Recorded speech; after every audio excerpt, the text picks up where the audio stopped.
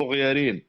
يا هدي فوالا السؤال تفضل. السؤال الجزائر ما فيهاش الماء، كاين ازمات ماء، فاظن باللي انه الكعبه في السعوديه يتوجب عليك الاغتسال اذا تطلب الامر، يتوجب عليك انك توضا، وبالتالي يجب عليك الطهاره قبل يعني الدخول وقبل الصلاه وقبل العباده. لكن في الجزائر موجود لا لا موجود لا تحليل لا المياه، نكمل لك هدي. مياه البحر. الجزائر يا هدي، الجزائر ارض طاهره، الجزائر ارض الانبياء والاولياء الله الصالحين، الجزائر ارض اصحاب الكهف، الجزائر مجرد ما تطأ يعني قدمك ارض الجزائر فانت طاهر، لا تحتاج للتوضؤ او الاغتسال.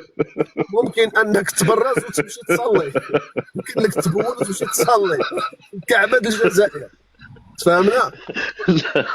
لا لا، هذا انا هو الامتياز اللي كاين في كعبه الجزائر. عمي عبد المجيد باش قام بتحليل ان شاء الله على القريب تحليل مياه البحر. سوف يكون عندنا المياه المتوفرة، وهذا شكر وهذا إنجاز عظيم يسجله التاريخ، لم تقوم به أي دولة عبر التاريخ. وما شاء الله، شكرا عمي عبد المجيد. ولكن عندي سؤال هدي، عندي سؤال قبل ما تمشي او لا قبل ما تسالي المداخله ديالك. وي آه تفضل. رمي الجمر او الجمرات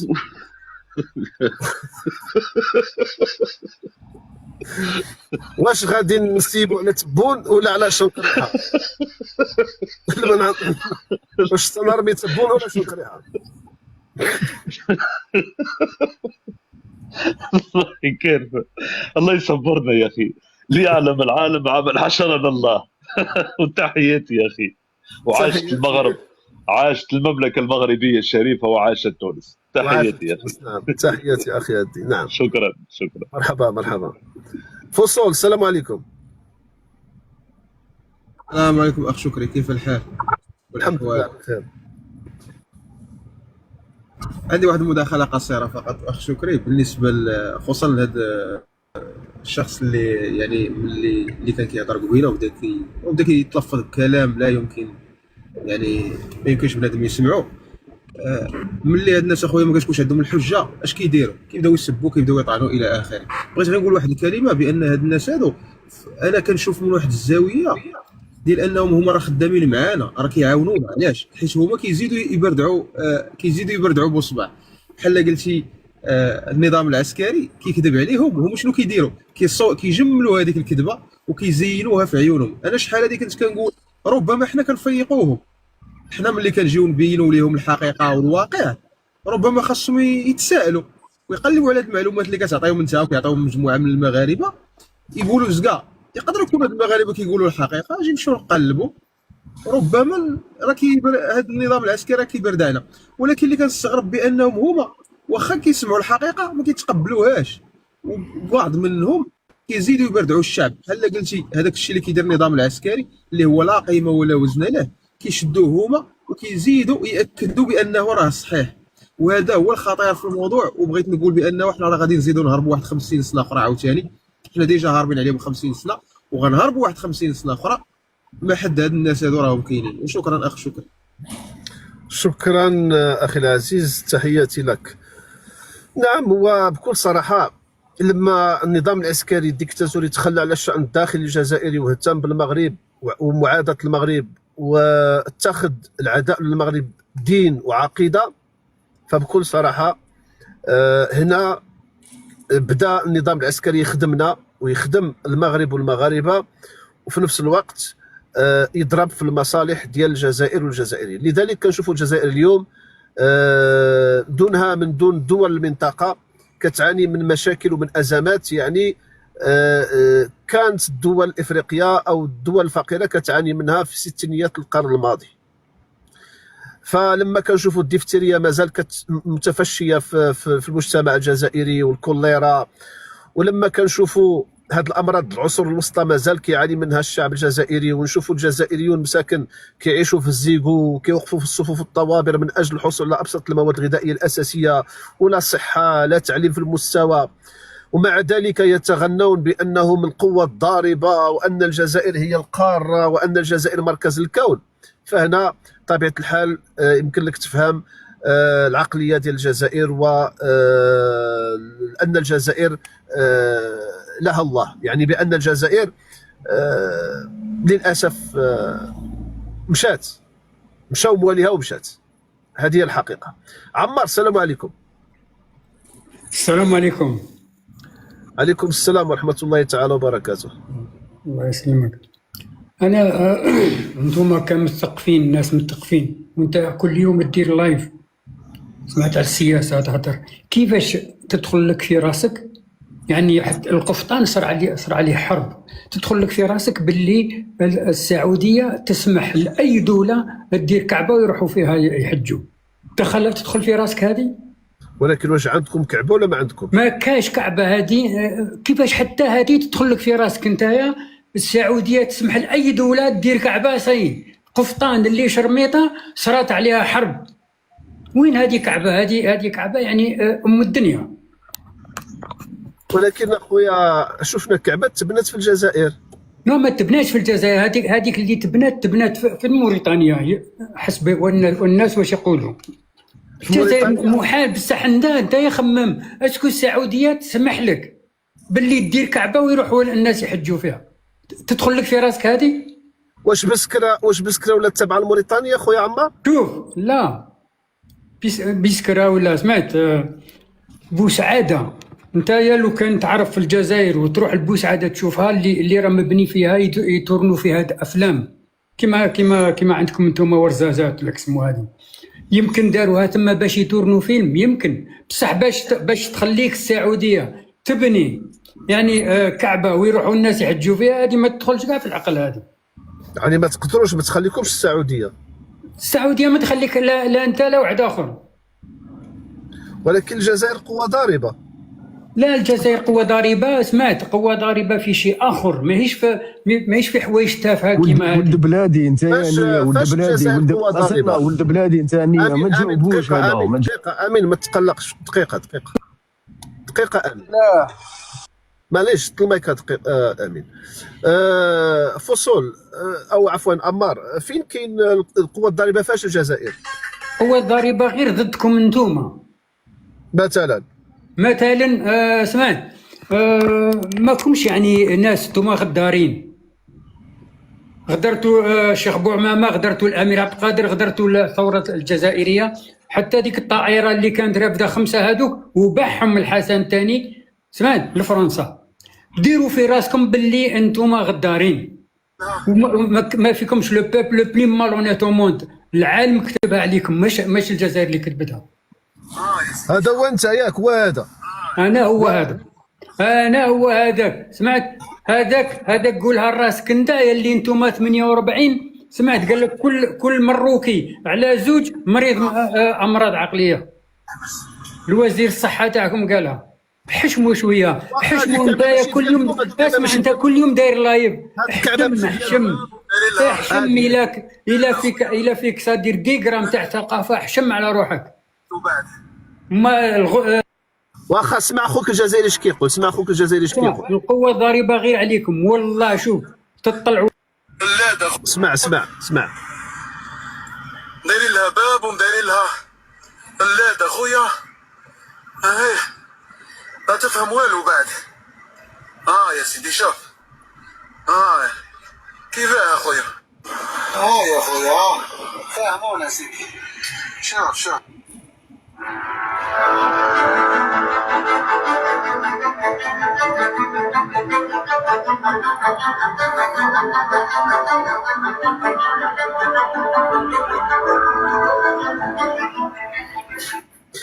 عمار خالتك راه كتحج عمار خالتك راه كتحج، ما شفتيهاش؟ خليتيها كتحج وجاي تكذب عليا. عمتك وخالك خوتك راه كيحجوا صاحبي، جاي تكذب عليا انا؟ انت شوف عمار،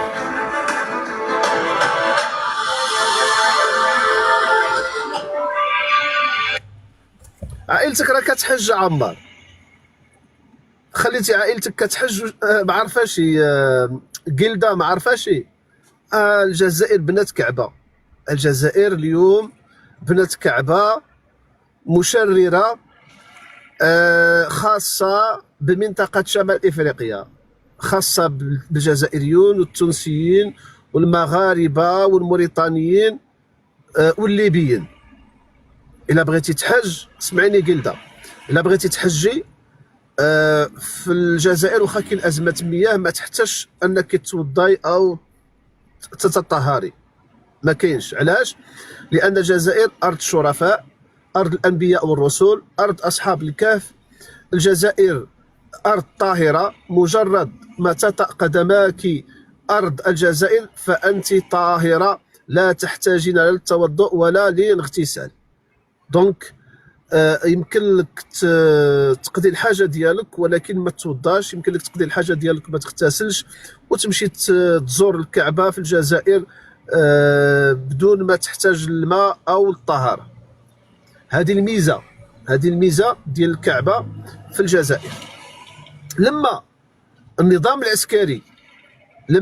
العسكري يلجأ لهذا الامر هذا ويبني كعبه ويوهم الشعب الجزائري انه عنده كعبه ديالو خاصه به يطوف ويحج ويعتمر، فهنا خصكم تعرفوا بلي انكم وصلتوا الحد الاقصى ديال الجنون، الحد الاقصى ديال الهبال. باختصار سفير السلام عليكم.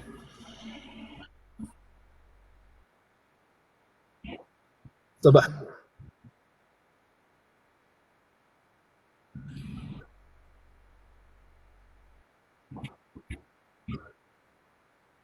في الدفاع عن كل ما هو مغربي، وايضا الضحك واحد شويه على كل ما هو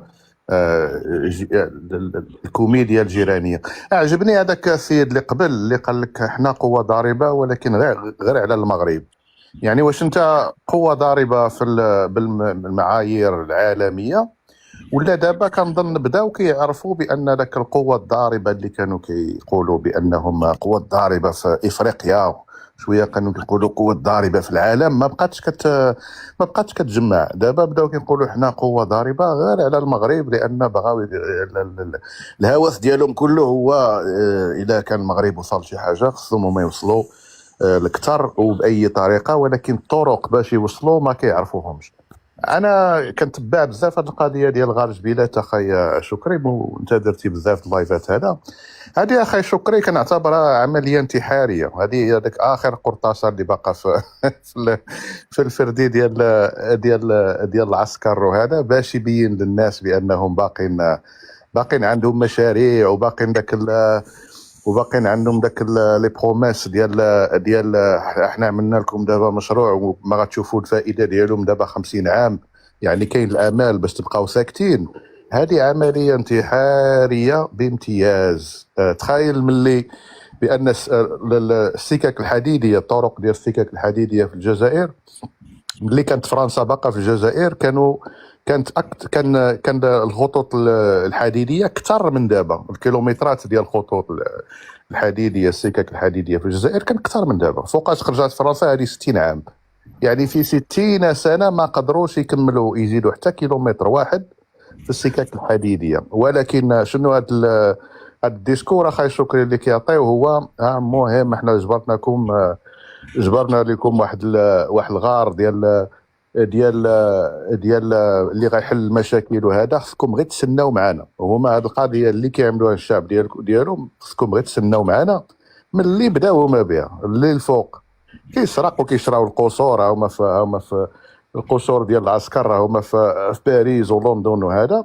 ولي الشعب تسناو في الطوابير، راه حنا كنخدموا لكم، ومن دابا واحد شويه غادي تكونوا مزيانين. وما تردوش البال شنو كاين في المغرب، لان المغرب باقي عندهم الكرويله في كازابلانكا. هادشي اللي كيقولوا باقي عندهم الكرويله. جاو الناس بالكاميرات باللايف وهذا كيصوروا. الا حنا غنوريكم الصحافي ديالنا من وسط الدار البيضاء ومن وسط الرباط، ولكن غادي نحطوه حدا طرو ديال الزبل باش نكذبوا عليكم شي شويه ونقول لهم هذا هو المغرب. ما بقاش كيتخبى هادشي السي شكري، ما بقاش. ولكن انا كنقول لك هاد هاد المحاولات هذه هي بس تسكت الشعب ديالهم باش يبقاو في ذاك الوهم ديال احنا بلد كبير وعايشين في الرفاهيه اللي هي الرفاهيه غير في الهضره. وحنا كنديروا مشاريع باش في المستقبل، مستقبل بعيد هذا عمره ما غيكون منه شي حاجه. يا خويا حلوا لنا الكاميرا شويه غيكون مزيان. هادشي ما عندي اخاي شكري، تبارك الله عليك. اليوم شفناك ورونا كيف عايشين يا شكري، ورونا. اليوم شوف شكري حل اخويا يوتيوب، حل يوتيوب غتشوف. عندك هذا شكري، عندك هذه. واش ما كتعرفش الاحترام اخاي؟ خويا عندك هذه ولا هذه عندك هذه خويا. بنادم باقي الغاز عندك بنادم باقي فرحان عنده الكليماتيزور اخاي. ورينا صاحبي، ورينا بنادم فرحان عنده كليماتيزور في الدار. واش هذا بنادم؟ هذا شوفاج، هذا عمو، هذا شوفاج يا صاحبي، هذا شوفاج. هي شوفاج، راه المغرب عمر شوفاج الاستاذ. ورونا كيف عايش. شوفوا يبني هنايا، راه يبنوا لهيه بارتو. خاي شكري عندهم الشوفاج وعندهم لاجور.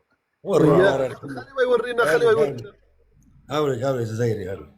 يا كتاكلوا الكيكس انتوما. ورونا فرحان عنده كليماتيزور في الدار.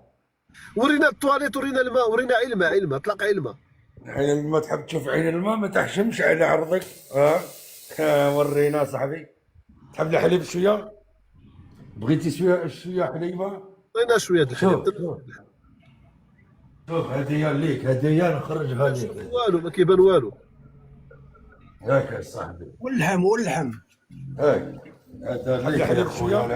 هذا شوف هذه من الجي، هذه بعتوها لي. ورينا اللحم يا ورينا شويه كيف. هاوليك الحليب، هاوليك جزائريين. هو اللحم. ورينا كيف عايش يا صاحبي. واش مخلي داكشي على برا؟ وريك الغلمين ولا لك الغرميه وريك. واش مخلي داكشي على برا باش ديما كتصور؟ ورونا صاحبي، ورونا. شوف كي نرقد الله على فراسك داير. لا تنخرج نخلي بحال هنا وانا راقد. يا صاحبي ورينا. ما عندكش الزليج. هاك الزليج، هاك بغيتي الزليج. ورونا كيف. الزليج هي الله. فين هو الزليج؟ ورينا كيف. الزليج في الحيط فين؟ ورونا الزليج في الحيط فين؟ ورينا كيف عايشين. ورينا يا صاحبي. الله عطينا الزليج. شوف البوليس تاع يا فصول سدوا مايك. هاك شوف الله اكبر. هاملك واخا معليش. هاملك الحساس. اسمح لي باش نعقب شويه على الكلام، على الكلام ديالك. بلاتي دقيقه الخوت، سدوا المايك من فضلكم. شوف انا عمري شفت جزائري فرحان حيت عنده. ورينا انا مشيت للميرلوفت، مشيت للتيزنيت. ميرلوفت. واخا سد المايك. ما تفتحش المايك. انا عمري شفت انسان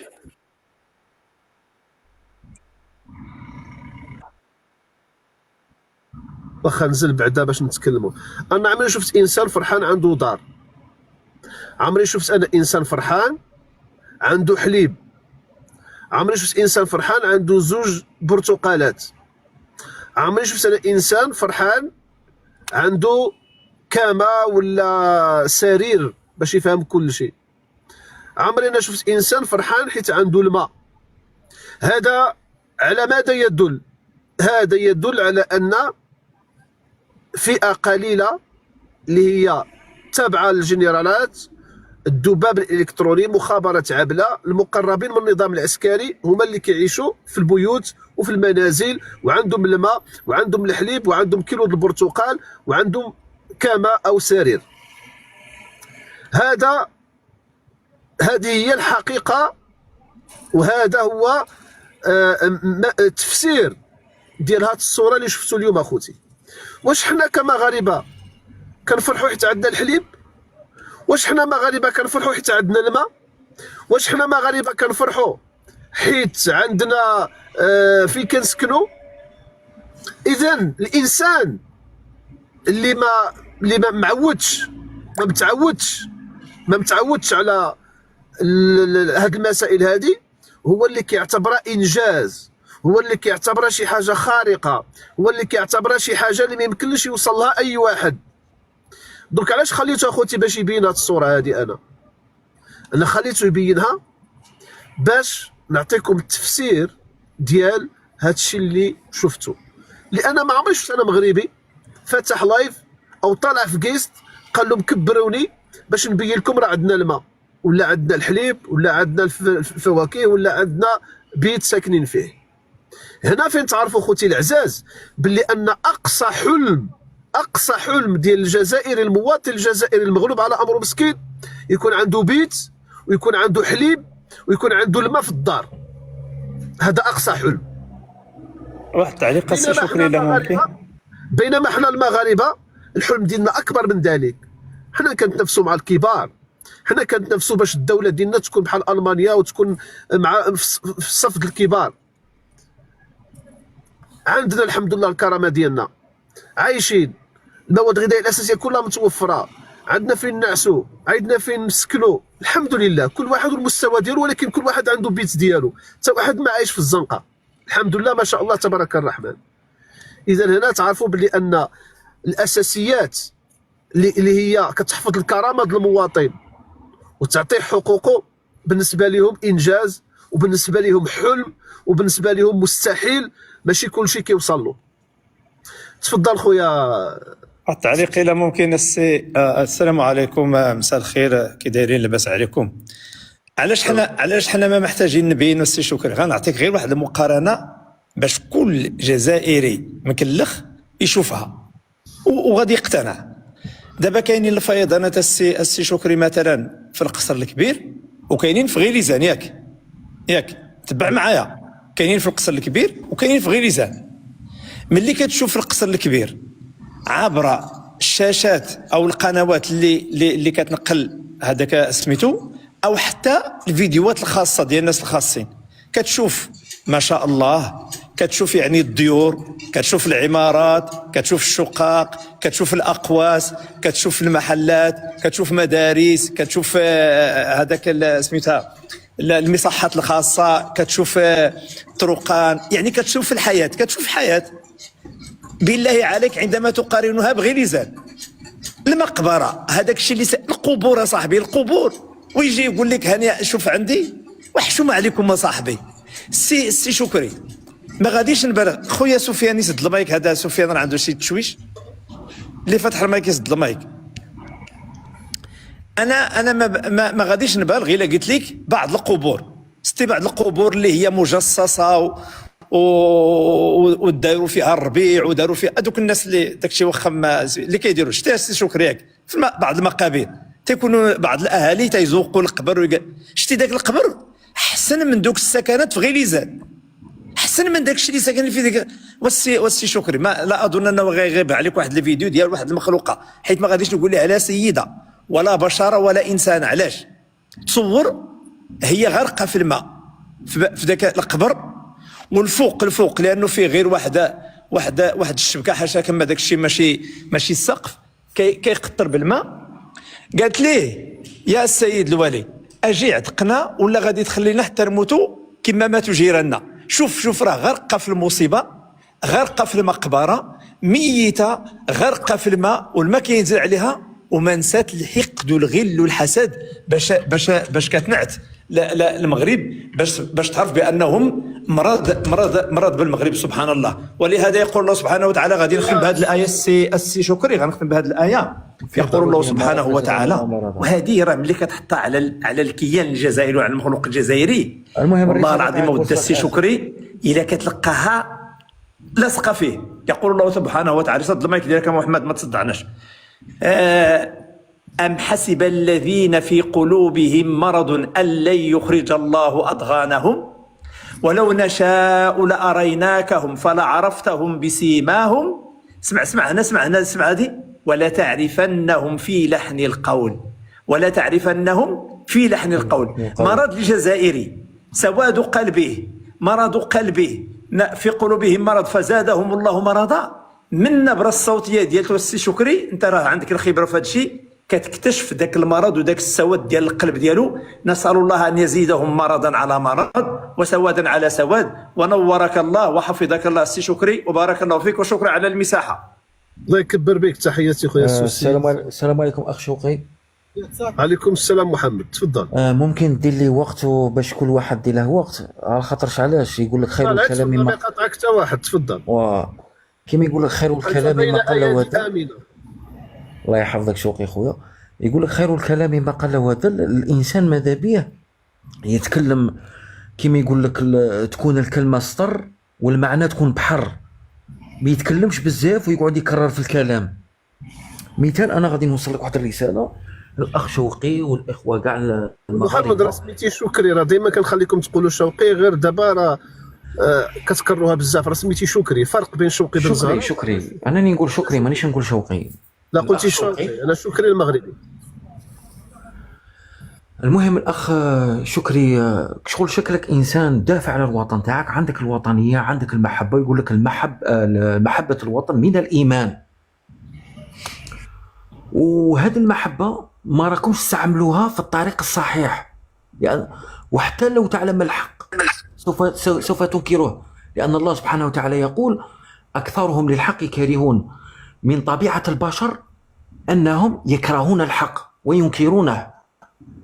رانا نشوفوا باللي كمثال القرآن الكريم ذكر اليهود ولم يذكر الصهاينة، ورغم ذلك أن الأنبياء والمرسلين كلهم من جلدتهم، غير أنهم ذبحوهم وقتلوهم ودخلوا فئة قليلة في فلسطين فصنعوا دولة، وانظر ماذا يفعلون.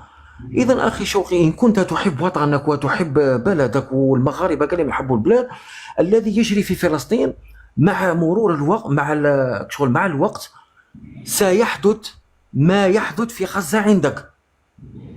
الإنسان تكون عنده نظرة بعيدة. نتفاعل معك ممكن؟ نتفاعل معك من فضلك. نعم. من صنع الكيان في فلسطين؟ أنا ليس لدي علم، ولكن يقول لك هما العقيده تاعهم هما يكرهوا اي عرب. شكون اللي دخلهم لمصر؟ شكون اللي عفوا فلسطين، وشكون اللي صنعهم؟ هي بريطانيا ولا امريكا؟ اوكي، بريطانيا. والجزائر شكون اللي صنعها؟ الجزائر ما صنعتش. علاش؟ كانت الجزائر قبل 1962؟ نعم كان الجزائر اول حاكم. قول لي شكون كان كيحكمكم؟ عطيني الرئيس الجزائري. ان كنت تعرف التاريخ، عقبه بن نافع عنده 20 قرن مدفون. وين مدفون واي ولايه؟ عقبه بن نافع نشر الاسلام في المغرب ونشر الاسلام في تونس. دقيقه قول لي اين ضريحه؟ محمد دقيقه. عقبه بن نافع نشر الاسلام في المغرب، ونشر الاسلام في تونس، ونشر الاسلام في ليبيا، وخرج بسلام. وصل الجزائر. وين مدفون؟ القبر تاعه وين؟ انا ماجي لك اصاحبي. وصل الجزائر. وصل الجزائر قتلوه. لا غلط. قتلوه في الجزائر. هو فين تدفن؟ ماشي في الجزائر؟ ياك مدفون في الجزائر. مدفون في بسكره. اسمعني مليح، تصنت لي. بلاتي هو بدا من المغرب. الجزائري مسلم والى العروبه ينتسب. محمد دقيقه. عقبه بن نافع بدا من المغرب. ما تقطعنيش اخي شوقي من فضلك، ما تقاطعنيش. عقبه بن نافع بدا ينشر في الاسلام من المغرب، مشى لتونس، مشى لليبيا، ومشى للجزائر. خرج من المغرب سالم، خرج من تونس سالم، وخرج من ليبيا سالم، وصل للجزائر دفنوه. قول لي اول عاصمه في شمال افريقيا كان يحكمها ماسينيسا، وين كانت العاصمه؟ يا محمد دقيقه من فضلك. محمد، سؤال. نعم. اعطيني خويا رئيس جزائري او امير. لا انا نهضر لك على الملوك تاع بكري، الملوك اللي كانوا يحكموا. يا محمد نوجه لك السؤال. تقول لي الجزائر ما كانتش. محمد نوجه لك سؤال. اعطيني رئيس او حاكم جزائري كان كيحكم الجزائر قبل 62.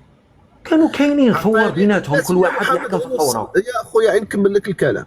نعم. اعطيني سفير جزائري كان كيمثل دولة الجزائر في اي دولة في العالم. تفضل. اسمعني دوك نجيك في هذه. راني متمني ان شاء الله ترد علي على هذا السؤال ونكملوا ان شاء الله الموضوع. قول لي اول عاصمه في شمال افريقيا كان يحكمها ماسينيسا، ما تمنيش الله تقول لي باش نعرف التاريخ. ماسينيسا تونسي ماشي جزائري. لا القبر تاعه وين مدفون؟ في ارض اللي كانت تابعه لتونس وضمتها. لا قول لي الارض، قول لي البلاصه اللي مدفون فيها.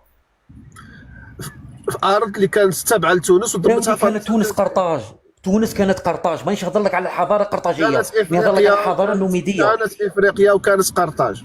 راني نهضر لك على النوميديا. قول لي اول عاصمه في شمال افريقيا كان يحكمها ماسينيسا ونكمل.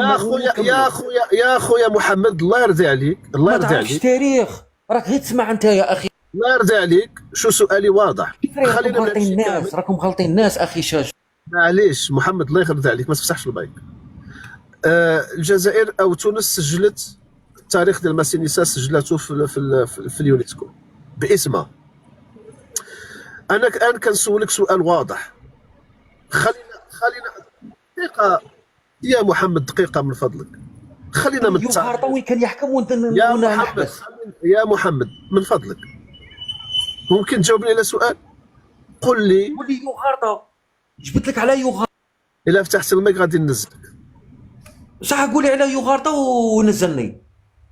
دوك انا نزلتك. عطيني يا صاحبي اسم رئيس جزائري كان كيحكم الجزائر قبل 62 صاحبي، ما تقدرش. السلام عليكم. السلام عليكم. عليكم السلام. دقيقه سفيان، هذه اسئله مستعصيه ما يقدرش الجزائري يجاوب عليها، دائما كيراوغ. اعطيني اسم جزائري كان كيحكم الجزائر، اعطيني اسم سفير جزائري كان كيمثل ما يسمى اليوم بالجزائر في اي دوله من العالم. قبل 62 شكون كان؟ كانت فرنسا. متى دخلت فرنسا؟ في 1830. قبل 1830 شكون اللي كان؟ كانت العثمانيين في 1516 دخلوا. قبل 1516 شكون كان؟ كانوا الاسبان، اظن بقاو 123 سنه. قبل الاسبان شكون كان؟ الويندان والعرب السوريه، دوغول.